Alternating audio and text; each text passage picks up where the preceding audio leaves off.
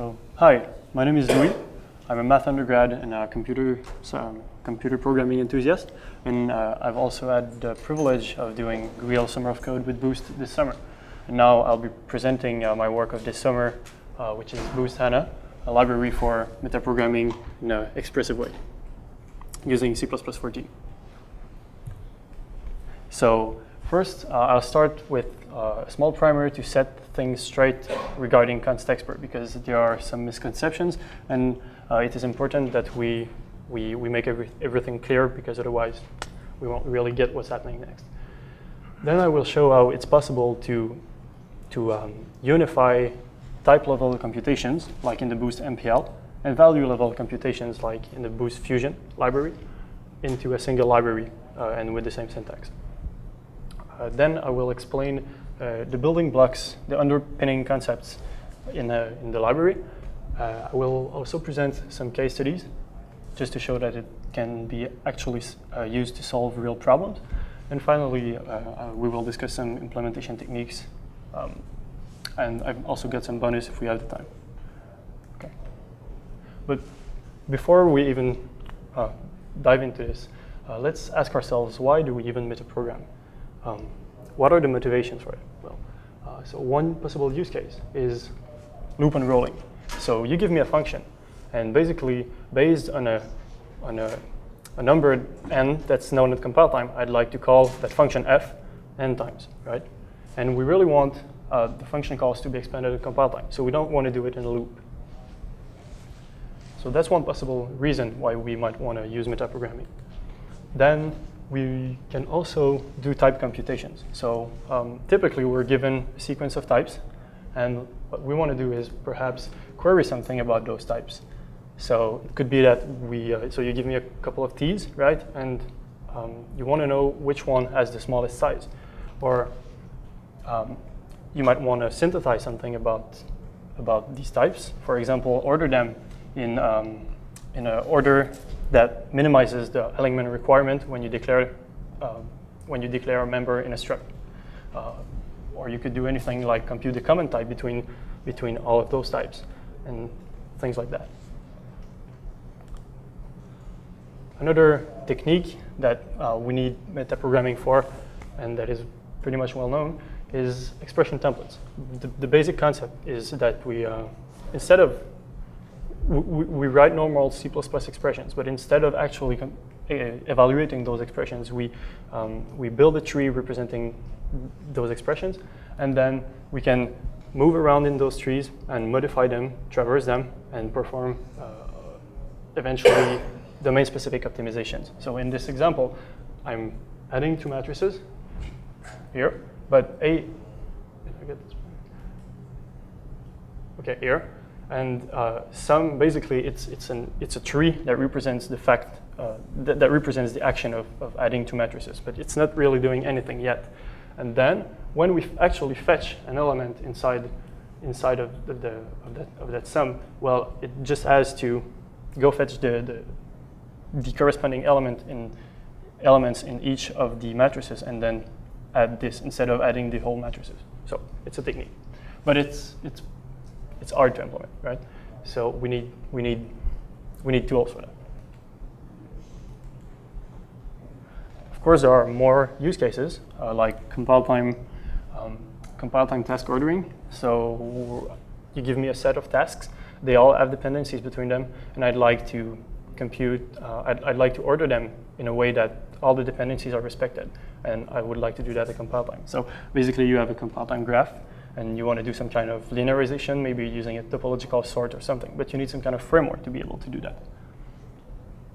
Dimensional analysis, so you have quantities, right? But there are units associated to those quantities. You do computations, and the goal is to make sure that the units will always fit. So this is another place where you actually need metaprogramming. Introspection, so you have your user-defined struct, and you basically want to iterate over the members or query something about the members of your structure in a generic way. These are all reasons why you might want to do metaprogramming. Of course, it's mostly for library writers, but still, we need it. Okay, now what's the problem? Well, the problem is that the standard lacks proper tools. Standard stud tuple, it is really low level. We don't have any high-level algorithms on stud tuple. The interface is pretty basic. We have like stud get, stud double cat, but nothing really high level to solve non-trivial tasks. And also, it compiles very slowly. If you create a tuple with a lot of elements in it, it compiles very slowly. And there is no standard way to do type-level computations. Of course, we have type threads, and we have stud conditional and stuff like that. But for anything non-trivial, we still have to resort to other libraries like Boost.MPL, which is non-standard. And it might be a good idea to solve this problem of metaprogramming once and for all in a good way and standardize it if everybody's all right with it. So anyway. And I need a solution because I want to solve some non-trivial metaprogramming problems. So I built Hana, which provides a very expressive and complete interface. There are a lot of algorithms, and they are very high level. So you can do, for example, you can compute all the permutations of a tuple, you can slice a tuple, you can do all this kind of stuff that would usually be just like a zoo of stud tuple and stud integer sequence. Well, now it's all hidden under a nice and expressive interface. The compile time performance is much better than Boost.Fusion and stud tuple because of some implementation techniques that I will show later. And it also unifies type level and value level metaprogramming so that you don't need two different libraries like the Boost.MPL and Boost.Fusion to do this. So you can do everything you can do with MPL and Fusion in Hana in a single library and with the same syntax, which is a big gain. Okay, now, why won't Constexpr save us? Well, so this is like a guru of the week style question. Is this code valid? Just stare at it a bit. It's not, right? Even though the I here is Constexpr. Is this code valid? It's basically the same code, but I just ripped out the template. And it makes it clearer that this can possibly work. Excuse me. What? Why is the previous one? Why is that valid? No, it's not valid. The question was, why is that valid? Why is it not?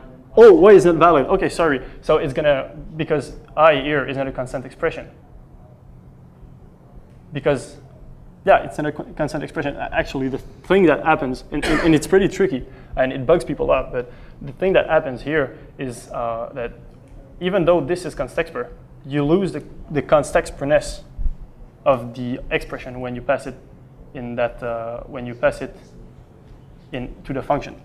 It doesn't compile with Clang, it doesn't compile with GCC, and so yeah, it doesn't work. And if you just strip the template, if you think about it, it's really just the same because this is just like explicitly instantiating the previous function, but with int in it, right? And this can possibly work because this function must be possible to call this function with both constant expressions and non-constant expressions. What if you pass something that's runtime here? You can possibly static assert. So yeah, it only makes sense that this won't compile, and it doesn't. But that's a big problem. And what does it? It means basically that you can't have you can't generate a constant expression inside a function if it depends on a parameter. That's basically it. And it's very important because it means that the return type of a function may only depend on the types of its arguments, not on their values, even if you pass in constant expression. Is everybody following? This is like of utmost importance for the rest. This is really, really important because, yeah, sometimes people think that we're going to be able to do some heterogeneous computations with Constexpr, but the reality is that it just doesn't change anything.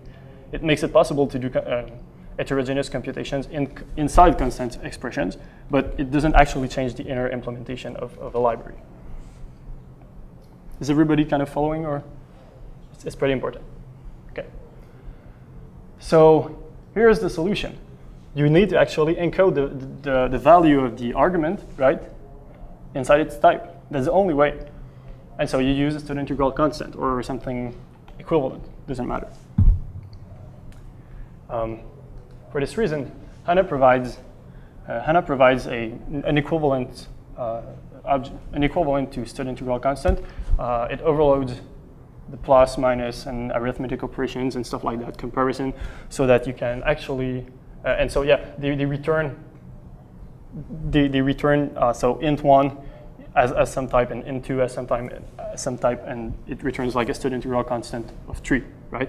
So they have different types, and so you can keep the Constexpr-ness of the whole expression by storing it always in the type of the resulting expression. Is everybody following me here? Okay, and so these guys here are actually variable templates, okay?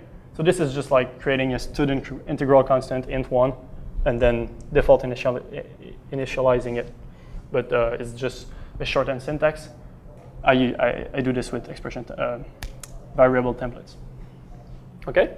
And yeah, the Boost.Hana consent assert here is just because inside the implementation, I can't put static assert at the moment because inside the implementation, I use lambdas, and lambdas can't be constant expressions, but you still have the important thing here is that the value, the resulting, so this expression actually returns a stud true type or a stud false type. And so the result of the comparison is actually held in the type, and so you can retrieve it anywhere and use it as a constant expression, okay? Okay. So this was just to make sure that everybody was on the same page for Constexpr. Type and value unification. How do we do that in HANA? Well, so what we have basically is we have this world here, right, which is the MPL. Okay, we have objects which are actually types, and we have functions which are metafunctions. Okay, and we have this other world, Fusion, where objects are, well, usual C++ objects, and functions are usual C++ functions. And my goal is to show that there is some kind of embedding from this world into this world. My goal is basically to find a bridge that makes it possible to go from this world here to this world and back again. And if I can keep all the information from this world here when I embed it in the Fusion world, then we'll have a way to perform type-level computations inside the value inside the Fusion world. Yeah. But isn't that what Fusion is all about anyway? I thought that was the purpose of having Fusion in the first place. So the question is, isn't this already the purpose of Fusion? Well, it turns out that you can't do type-level computations with Fusion because you can't instantiate a Fusion vector with void in it. Okay. Tricky part. Yeah, that's the thing. People sometimes, and when I first started considering this problem, I was like, okay, so basically the MPL is the result of namespace of Fusion. It isn't, because you can't have like incomplete types and stuff like that. So it won't work. Just like you can't instantiate a tuple with void in it, because it's going to say like, hey, I can't have a member that's a void. All right? And so it's actually trivial. We take a type, okay, and we just wrap it in a dummy type wrapper. And in our Fusion world, we're going to consider these objects to be our types. That's it, okay? And then I use, and yeah, for now, just leave this empty. There's going to be something here, but for now, for this part, you know, of the bridge, for going from type to value, you can just leave this empty. And then using a variable template, we can make this more cute. So, so yeah, basically, if you want to represent an int in HANA or in the Fusion world, you just trivially wrap it into the type wrapper, and then you have an object that represents int. Is everybody following?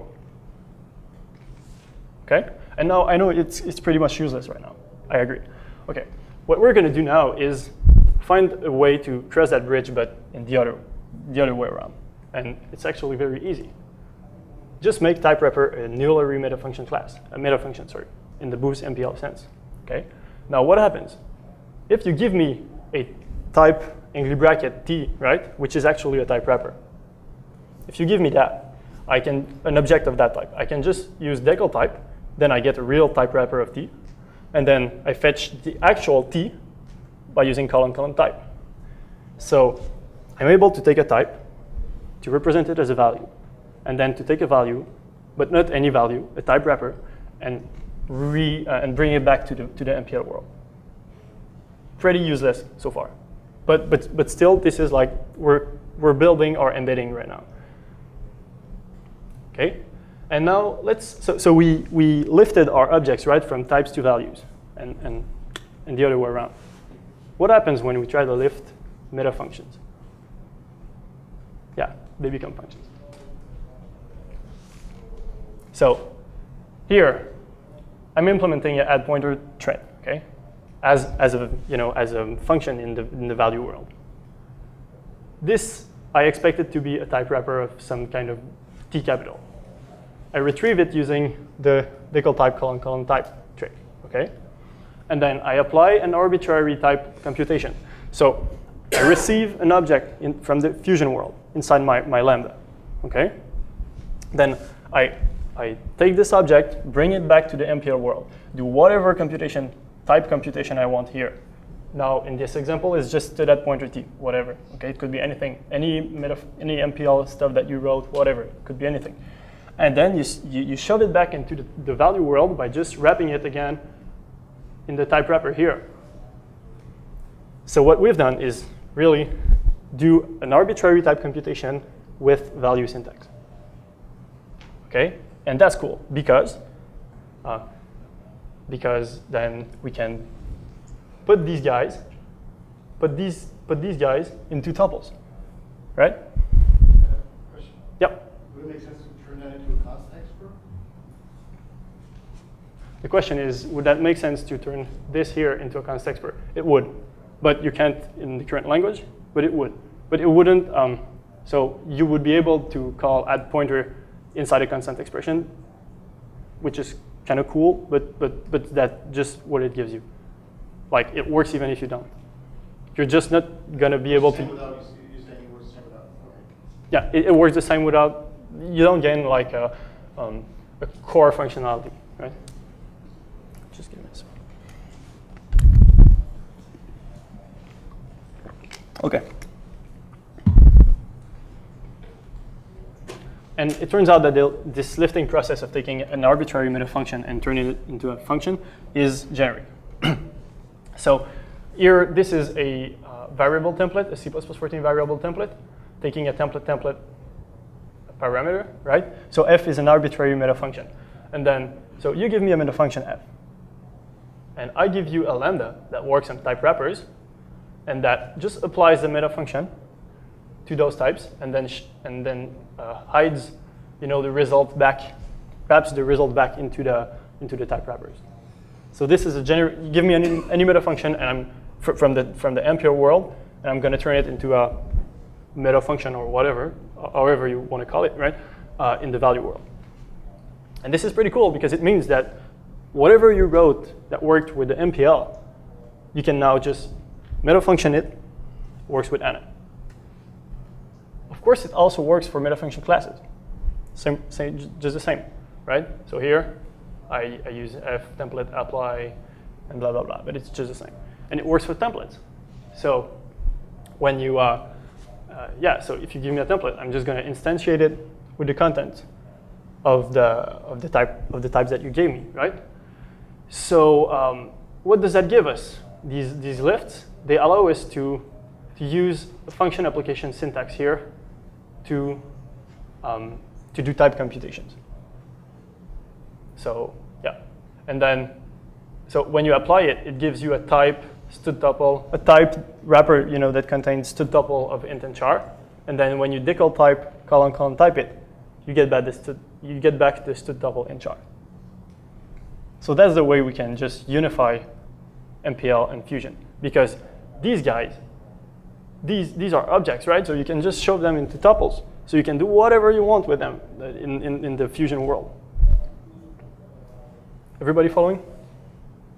So this is like when that clicked, I was like, oh, okay, I think we got it. And yeah, so Hana building blocks. So like all generic libraries, libraries in generic programming. HANA is built around concepts that live mostly in the documentation and models of these concepts.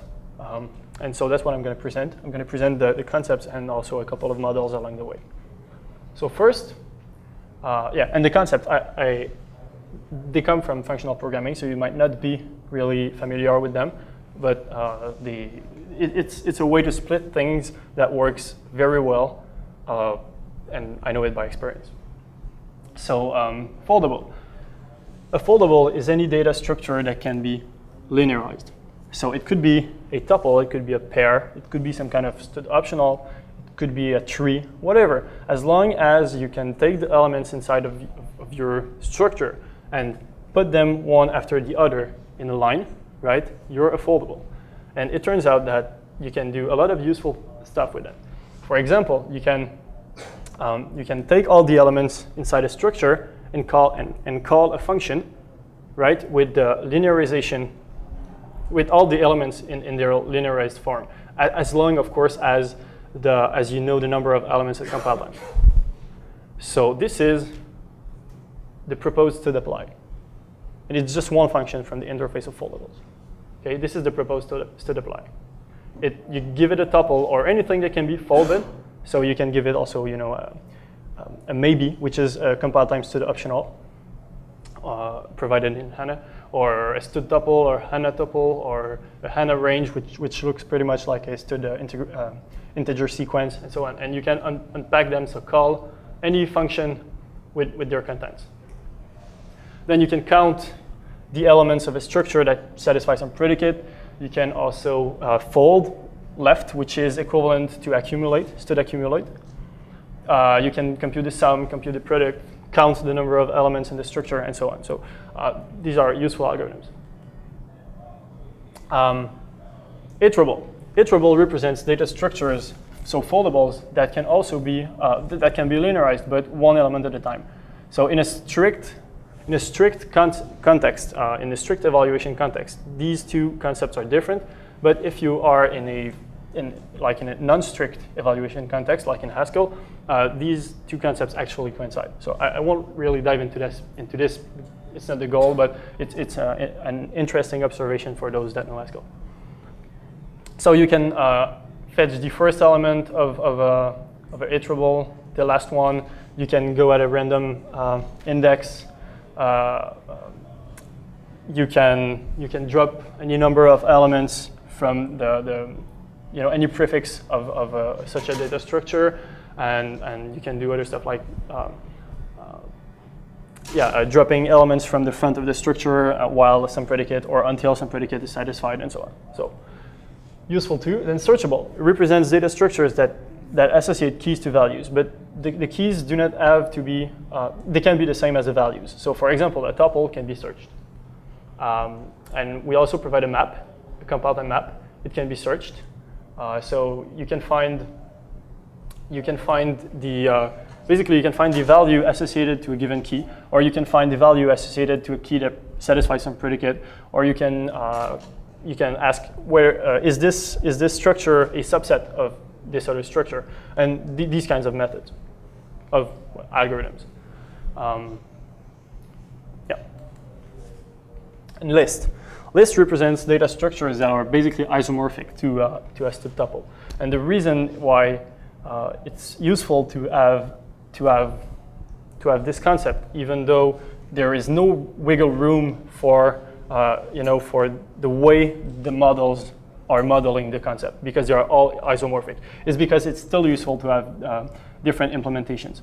So they do the same thing but implemented differently. So of course, HANA tuple is a list, std tuple is a list, Boost.Fusion vector is a list, Boost.Fusion list is a list, and so on. And you can do a lot of stuff with lists. You can concatenate them, you can slice them, you can reverse, you can compute all the permutations, you can filter them, you can do, there are probably like 30 algorithms or something that you can do on them. So it's pretty flexible. Yeah, you can also take like you can also take a prefix of any length or a prefix determined by a predicate in a list, and so on. So these are like high-level algorithms. Yes? Are these algorithms just wrappers around the MPL equivalents using those transforms that you showed in the earlier slides? Okay, so the question is, are these only wrappers over like the MPL algorithms and so on? No, they're not. No, they're not, because you can use, look, this doesn't exist in the MPL. That's a string. That's completely runtime. And yeah, by the way, I didn't say it, but all the code that you see on the slides is actually, it works. It compiles. I just cut and paste it from source slides. And sometimes I do minor modifications, but yeah, it works. So, you know, in the MPL, this just doesn't make sense. This is a completely dynamic string, right? And I'm concatenating it. Okay, no, not here. Okay, here, right? So I'm modifying a tuple that has something completely dynamic. There's that dynamic allocation in there. So no, the MPL just this is much more flexible than the MPL. And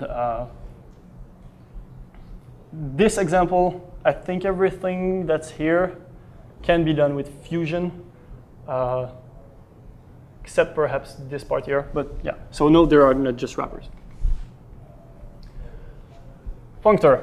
Okay, so functor. The word is kind of misused in C++, but this is actually a concept from category theory.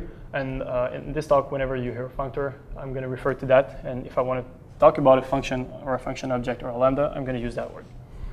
So it represents structures that can be mapped over. So it's like a container of whatever. You give me a function, and I'm going to map the function over each element in that container, and give you back a container that contains, you know, the result of the mapping. So it's basically any structure that can be stood transformed, basically. So once you're able to transform something, you can also apply a function on each element that satisfies some predicate, and you can also, you know, replace the elements that satisfy some predicate by just using the stood transform with fancy functions. So functors, they can be basically mapped over, and so you can functors. The models of functors that Hana provides are like maybe, which is like a compile time optional, tuple, functor, and I think I'm forgetting some, but that's basically what I see right now. Yes? Just as a question, could you have used a function for twice? I mean, the function that you showed us earlier, the function that turns metafunctions into functions? I'm sorry, I don't think I understand. You used twice as a lambda, right? Yes. Naked lambda. Could you have used a function that you had earlier on, like a function underscore? A function underscore. Didn't you have that earlier, in the very beginning, when you showed us how to lift metaverses? This is not a lifted. This is stood plus actually. So no. It has to be a runtime function. What? It has to be a runtime function. Well, we're only okay. So the question is, can this be? Does this have to be a runtime function, right? And the thing is, this is a generic lambda. Okay. The line between runtime function and compile time function, for whatever that means, is just blurry, because this can, if this is like a stood integral constant here, if this is like a Hana integral, this is going to return. This is just going to return, you know, the integral plus itself, which is again an integral. Its value is known at compile time. The compiler is just going to completely elide that function, right? So the value will be actually contained in the type, in the return type of that lambda. So you can use, yeah, sure, if you have a, yeah, sure. If you want, you can use a lifted meta function here, but then whatever you map the twice on is going to be a container that contains type wrappers, because meta functions, even lifted, only work on type wrappers. Does that make sense? Yes. Is everybody still following, or did I lose someone? Okay. Right, and then record. So it's probably the thing that's most useful for everybody here. So user-defined structures. So you define your structure, and basically it gives you the ability to use it as a compile time map.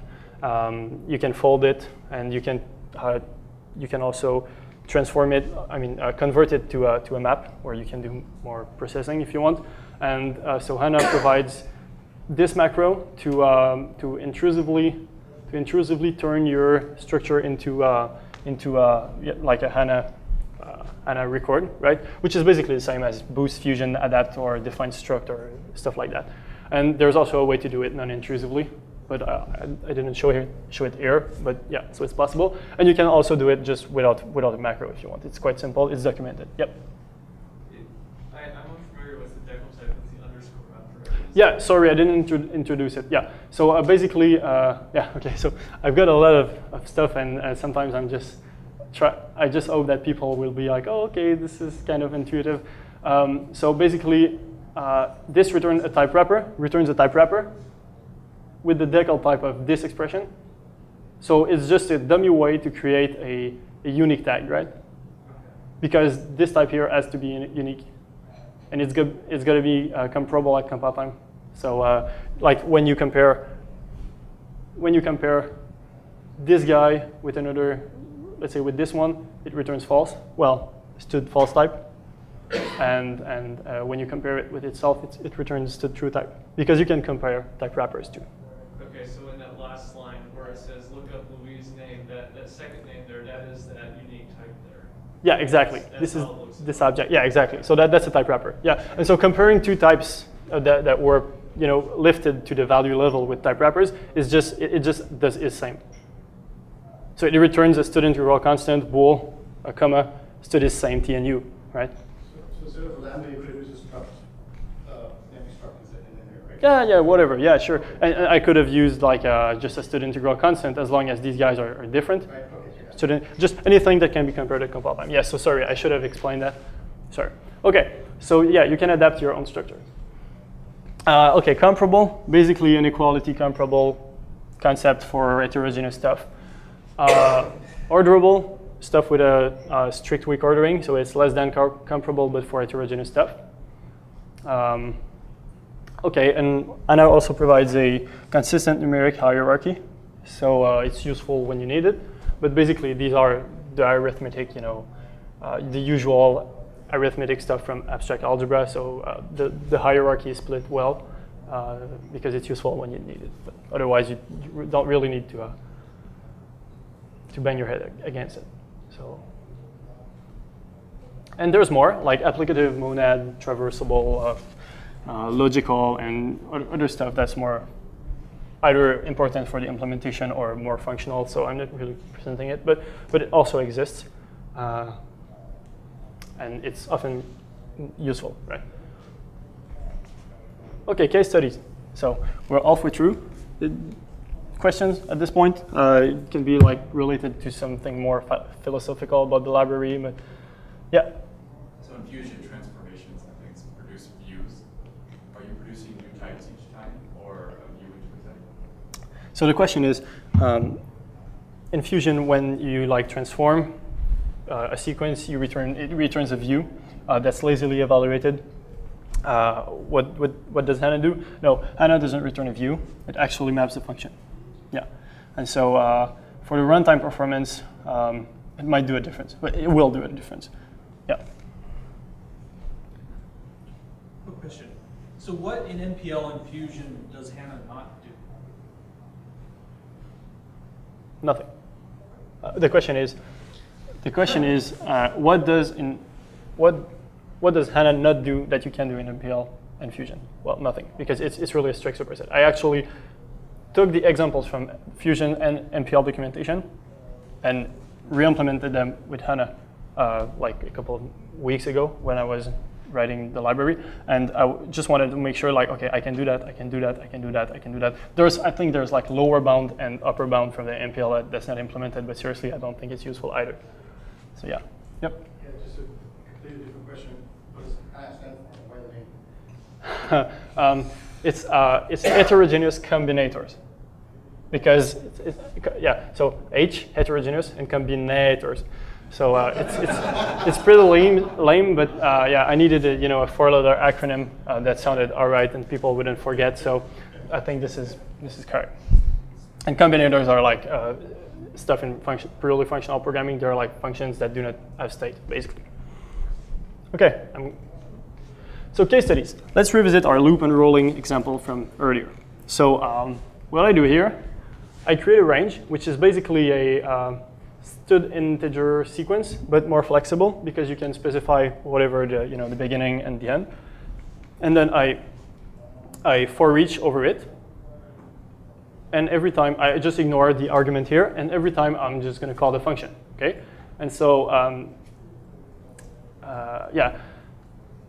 And then I just call it with whatever n I want. So like if everything works, I'm just going to call f n times. All right? And now when you compile it, this is what it gives. So with O3, the compiler is really just doing what we want him to do. So this is equal to v, etc. So this is what we would expect. Type computations revisited. Okay. So we wanted to find out what was the smallest type in you give me a couple of types, I'm going to give you the one with the smallest size. So don't get put off by this part here. I'm going to explain it. Okay? What happens here? You give me a couple of t's. I shove it into a tuple. To do that, I need to wrap them into types. So I create a tuple of types. And then I find the minimum with a custom predicate, which I'm going to explain. So with a custom predicate. And so this is going to return, right, the minimum element with respect to the custom predicate. So it's going to return some kind of type, of type angle bracket t, okay? One of these t. And when I decal type that, I get back some kind of type wrapper. So this is actually a meta function. Because when I fetch colon type inside of smallest, I'm getting the type that's inside the type wrapper. Okay, so this is really a different way to implement a meta function that would be, let's just say, different in the MPL. Okay, and now the special here, the comparator. So size of, it takes a type wrapper and returns a stood integral constant. Well, actually, a Hana integral constant that contains its size of. Okay. So that's like a lifted size of, and ordering. It basically it's a predicate that it returns a predicate that takes like a and b, and then calls whatever function you give it. So in our case, size of, and then returns whether the first one is less than the other one. So it's yeah. I stole that from Haskell actually, and this gives us a very expressive way, right, to express what we mean. I mean, you can actually read this like English, or almost. And this is a friggin' meta function. So I think this is neat, and it works. So here, I just fetch the colon type, and that's just a meta function. Is everybody all right with this example? Okay. Now, we want to determine the optimal ordering optimal ordering in which to declare the members of a structure, right? To minimize the alignment requirement. So I read in Stack Overflow that the way to do that was or a good rule of thumb was to order them in decreasing order of alignment requirement. So let's just assume that it's the right way to do. I'm not really pro with this kind of stuff, but what I do here is, so you give me a couple of types, right? And then I shove them into a tuple, okay? And then I'm going to sort them. Just like we said, I'm going to sort them in decreasing order of alignment, okay? Here the predicate, what it does, okay? So these guys here are infix application. So this is equivalent to saying on, parent, greater, comma, thread, stood alignment of, blah, blah, blah, okay? It's just equivalent. It's infix application, but you can, but it improves the expressivity by quite a bit. So you can sort, you give it a predicate, and then it's basically the same as ordering from the last slide, right? But now you get a custom predicate here, which is greater. Is everybody, am I being clear? Or so it applies the thread alignment of, which returns a stood integral constant containing the alignment of whatever it's given, of the type wrapper it's given, okay? And then it applies that, and then it applies, so that function here to each of its argument, and then compares them with greater. So we're really just, ordering them in decreasing order of alignment requirement.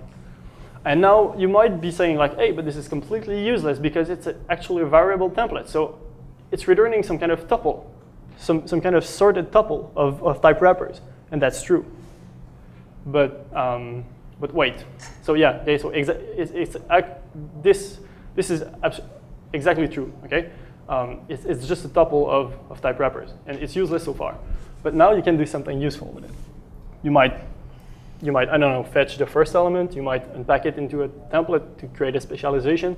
It could be a tuple, or it could also be a user-defined type, or whatever. You can fold it if you want. You can do whatever you want with it now.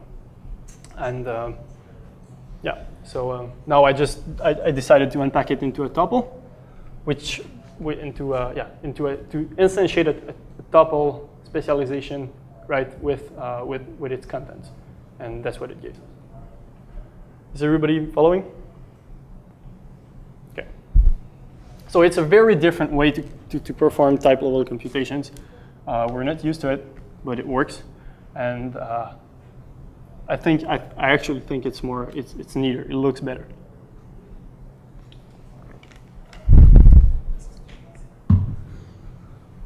I have a question. Yep. Do you have any utility that would enable the indexes into that optional tuple to preserve the ordering of the original elements, so that I can still retrieve the with the index 0 even after reordering?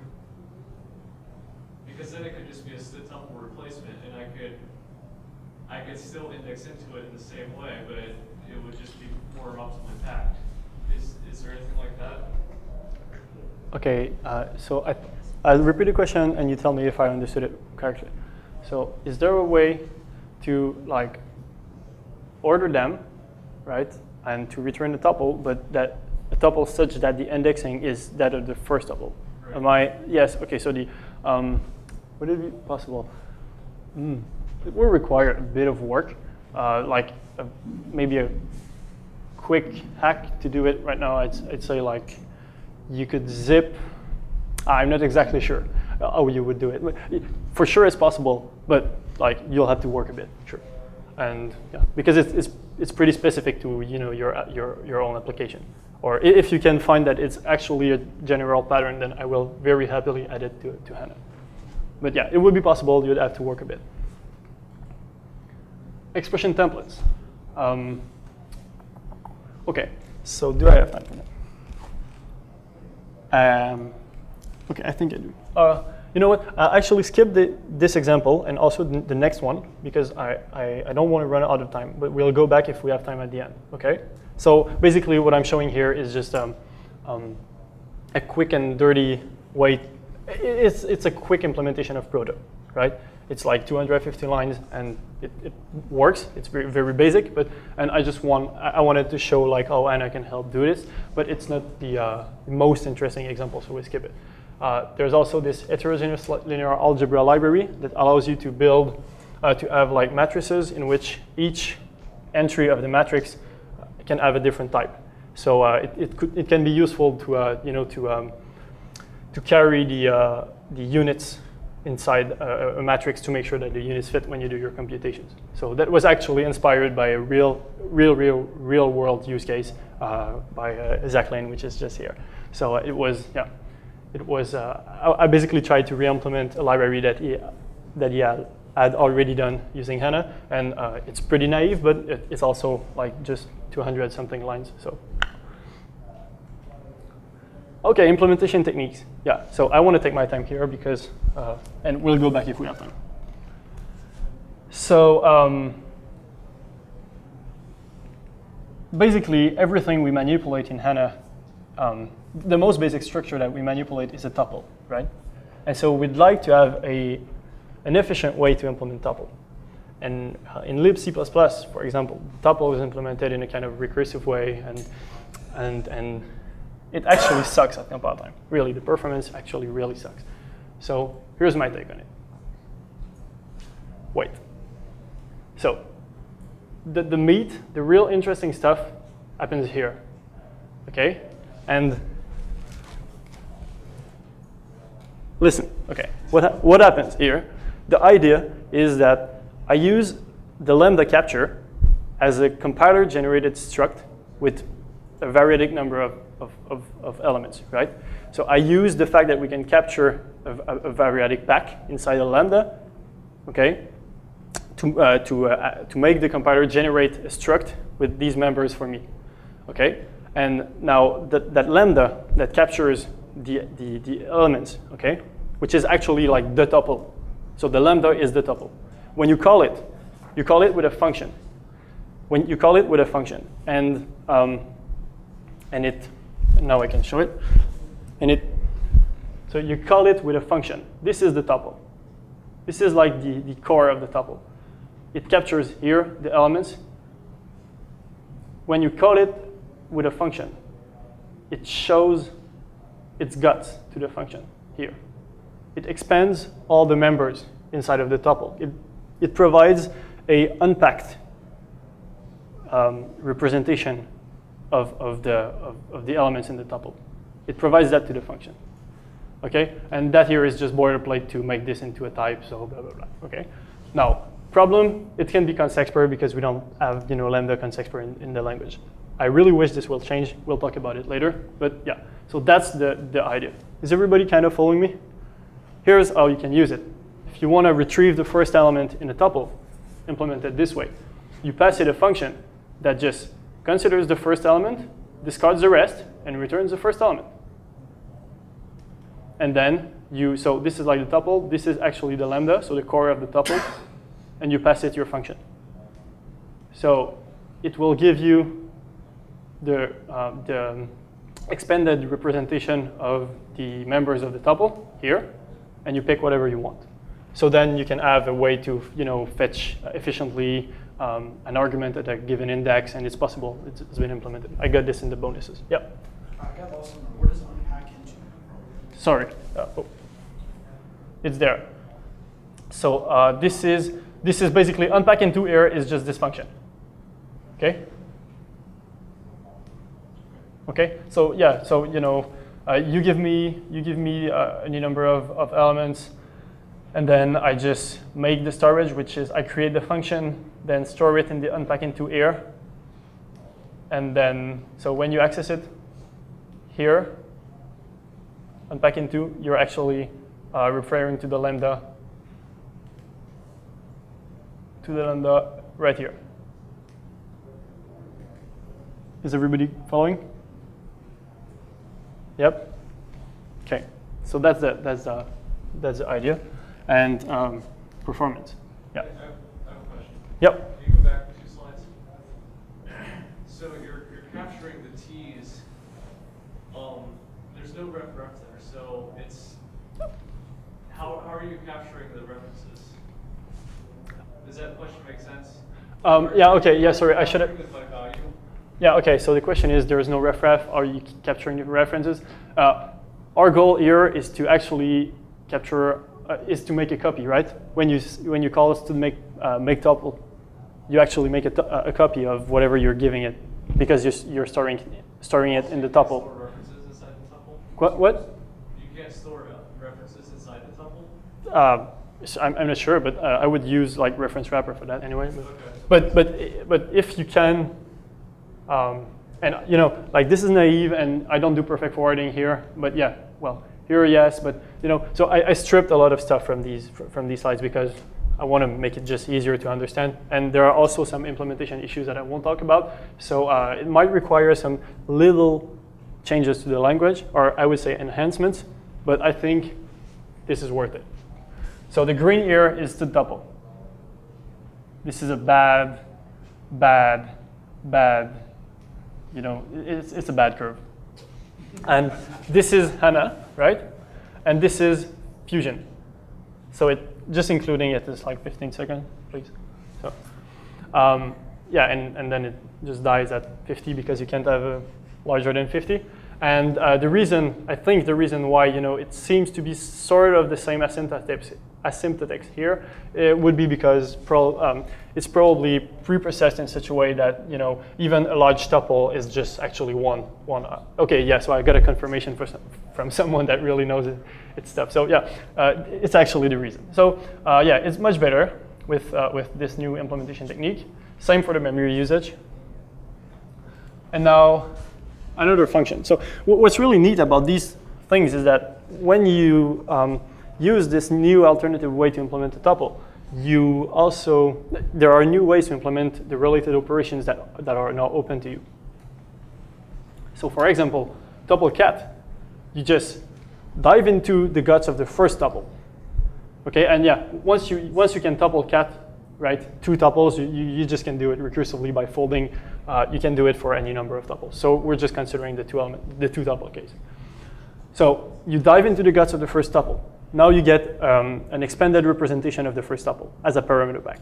Then you just do it again for the second tuple. So you get another parameter pack that represents the guts of the second tuple. And then you just concatenate these packs, which is very easy to do, into a new tuple. So that's it. Again, okay, yeah, I'd like to say that the benchmarks are somewhat biased because because the benchmarks will actually also the difference between the curves will also contain the difference, for just creating the tuple. So it's pretty hard to do unbiased benchmarks, but I gotta be honest, it's not like the most perfect benchmarks, but still. So this is ugly. This is not that ugly. It's pretty, it's decent at least. Yeah, and so if you ever need to concatenate like two tuples of 450 elements, then please, I want your email because you're doing some like hardcore stuff. Yeah, same for the memory usage. Okay, so now what I need from the next version of the language, right? Because this all works, but it could be better. It could be much, much better. And we just have to put a bit of pressure.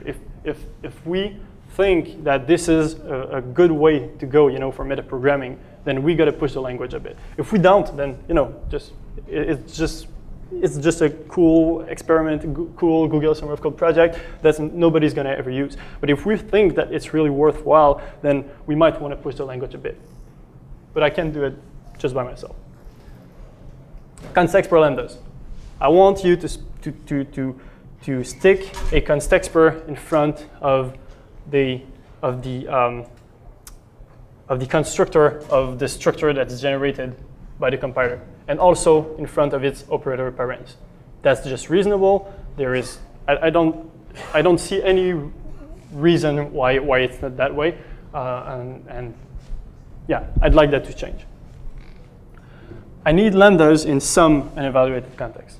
I know there are some issues, implementation issues with this. For example, if you have like the type of, I think if you have the type of a lambda inside a that needs to be an external symbol, then it's pretty hard because you have to like make sure that this type is different from all the other types because lambdas have unique types, and so you get into some weird stuff. But it's actually like a corner case, and I don't think a lot of people would like to have this feature anyway. I don't need it, but I would. Preventing lambdas from appearing in all unevaluated contexts, even if they're called. I don't need the actual decal type of the lambda. I just want it to be able to.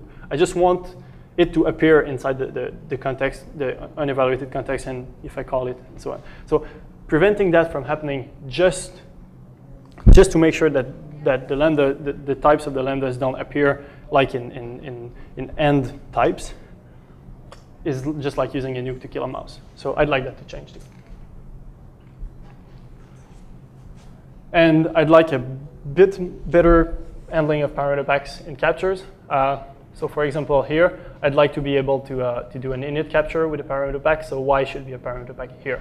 Initialize with copies of x. This is useful for some implementation stuff. And for example, for the tuple, this would be, I need that to be able to perfectly forward, to use perfect forwarding from the arguments and to initialize the members of the tuple perfectly. I need that for this reason. So yeah. So okay, it's all I have. So thank you very much.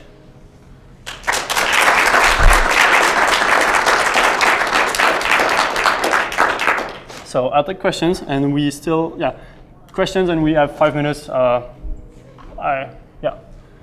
Any questions? Yeah. So has this been accepted in the This hasn't. No, this hasn't. Okay, the question is this into Boost? My answer is no, it isn't. We're working hard for it. I really want that into Boost, yeah. And eventually in the standard, or I don't know, might be a good idea. Because yeah, I see some kind of, people are pushing to have stud apply and more tuple related stuff. Well, my take on this is like, let's do it well. Okay. Yep. Just to clarify, this only works on C++14, right? Not 11. Okay, yeah. So this is Clang trunk actually. So yeah, C++14, but bug-free implementation. So that's Clang trunk.